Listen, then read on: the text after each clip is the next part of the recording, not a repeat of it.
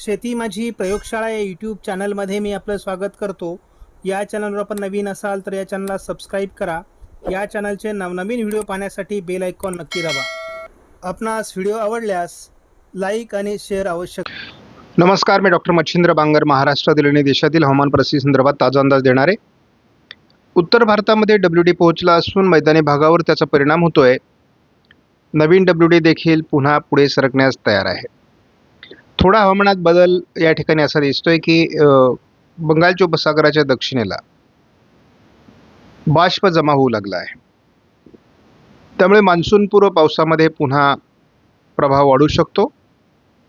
महाराष्ट्रात देखील थोडी आज आपल्याला रात्रभरात ढगाळ परिस्थिती दिसते. आज महाराष्ट्राच्या दृष्टीने केवळ विदर्भात पावसाचा अंदाज देण्यात आला आहे. तसं दक्षिणी कर्नाटक किंवा तेलंगणा, आंध्र प्रदेश, छत्तीसगड, झारखंड, ओरिसा, मध्य प्रदेश, राजस्थान, उत्तर प्रदेश, आसाम, नागालँड या राज्यांमध्ये देखील पावसाचा अंदाज आहे. त्यात पूर्वेकडील काही राज्यांमध्ये म्हणजे बिहार, पश्चिम बंगाल किंवा झारखंडमध्ये ऑरेंज अलर्ट देण्यात आला आहे. या अंदाजात उत्तर प्रदेश, मध्य प्रदेशमधील पावसाचं प्रमाण कमी दाखवून ते जम्मू काश्मीर, लेह लडाख, पंजाब आणि उत्तराखंडमध्ये वाढण्यात आलेलं आहे. मात्र राजस्थान आणि इतर विदर्भासहितली इतर राज्यांमध्ये मात्र पाऊस कायम असणार आहे, असा अंदाज भारतीय हवामान खात्याचा आहे. आपण जर कालची पावसाची परिस्थिती बघितली, थोडं पश्चिम महाराष्ट्रामध्ये आपल्याला या ठिकाणी पावसाचं वातावरण तयार झालेलं दिसते.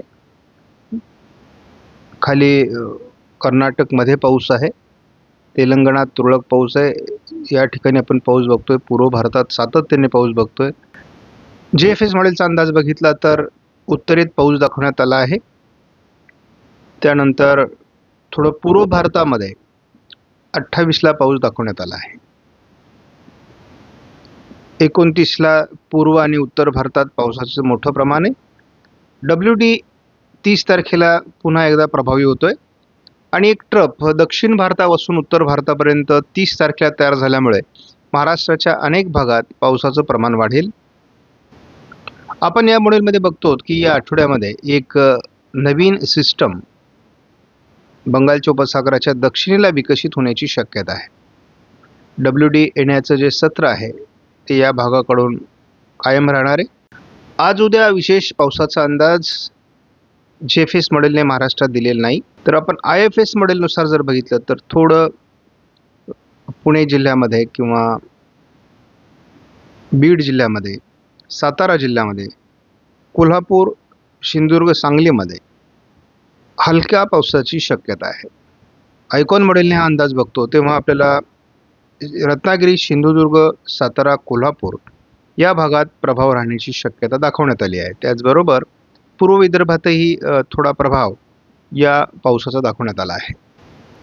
बऱ्याच शेतकऱ्यांना 15 दिवसाचा किंवा दीर्घावधीचा अंदाज हवा आहे, परंतु शेतकऱ्यांना 48 तासाच्या अंदाजात ते समाधानी नाही आहेत, कारण त्यांना दीर्घावधीचा अंदाज बघण्याची सवय झाली आहे. म्हणून आपण एक पेड ग्रुप सुरू केलेला आहे. एक नॉमिनल अमाऊंट आहे आणि ती पे करून तुम्हाला खाजगी स्वरूपात तो अंदाज आम्ही देतो आहोत, कारण नाविलाजाच तो आम्हाला डबल व्हिडिओ बनवून तो अंदाज द्यावा लागतोय. तर ज्यांना कोणाला गरज असेल त्यांनीच तो अंदाज घ्यावा. सर्वांना त्या संदर्भात कोणताही आमचा आग्रह नाही. आणि दुसरी गोष्ट, आपल्याला 1 मे पासून पुढे मात्र सातत्याने नियमित जे आपले रेग्युलर अंदाज होते त्याच पद्धतीचे अंदाज मिळणार आहेत. म्हणजे आपल्याला हा प्रश्न फक्त 1 जानेवारी ते 30 एप्रिल असाच राहणार आहे भविष्यामध्ये. आणि त्यामुळं आपल्याला पेड ग्रुपवर मात्र आपल्याला रेग्युलर अंदाज येणार आहेत आणि वन टाईम ती अमाऊंट भरायची आहे. किरकोळ अमाऊंट आहे, त्यामुळे शेतकऱ्यांनी त्याला जॉईन व्हावं. आज काही अहिल्यानगर पश्चिम, पुणे पूर्व, साताऱ्याच्या काही भागामध्ये, कोल्हापूरच्या काही भागामध्ये मराठवाड्यात तुरळक पावसाची शक्यता आहे. 28 तारखेला विशेष वातावरण नाही आहे.